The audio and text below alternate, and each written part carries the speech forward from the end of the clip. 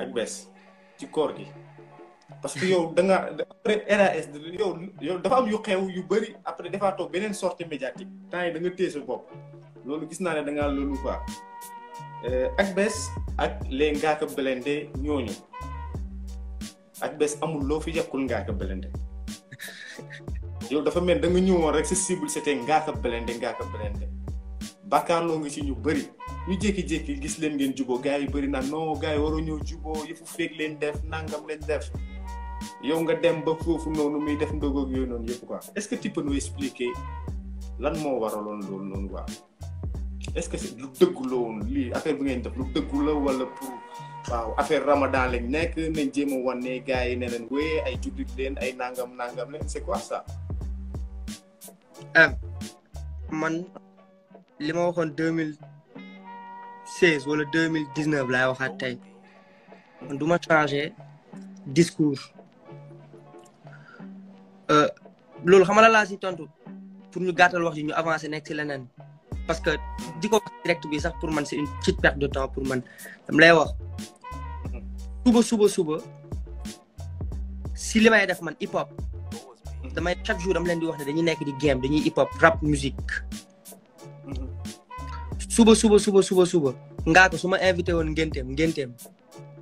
damay taal sama oto lekk si ceebu yàpp bi ba doyal naan ci jus yëpp su ma duggee studio di musique ma game est-ce que comprendre nga ñu game maanaam heure boo ko waree pic da nga koy pic heure boo ko waree dal da nga koy dal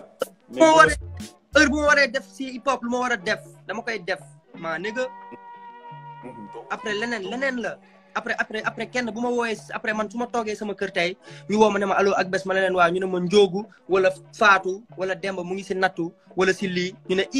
lii jéggi na hip hop ñu dem dox farata bu hip hop ñëwaatee ñu taxaw hip hop at lu nekk dafa am fan lu nekk dafa am lu mu def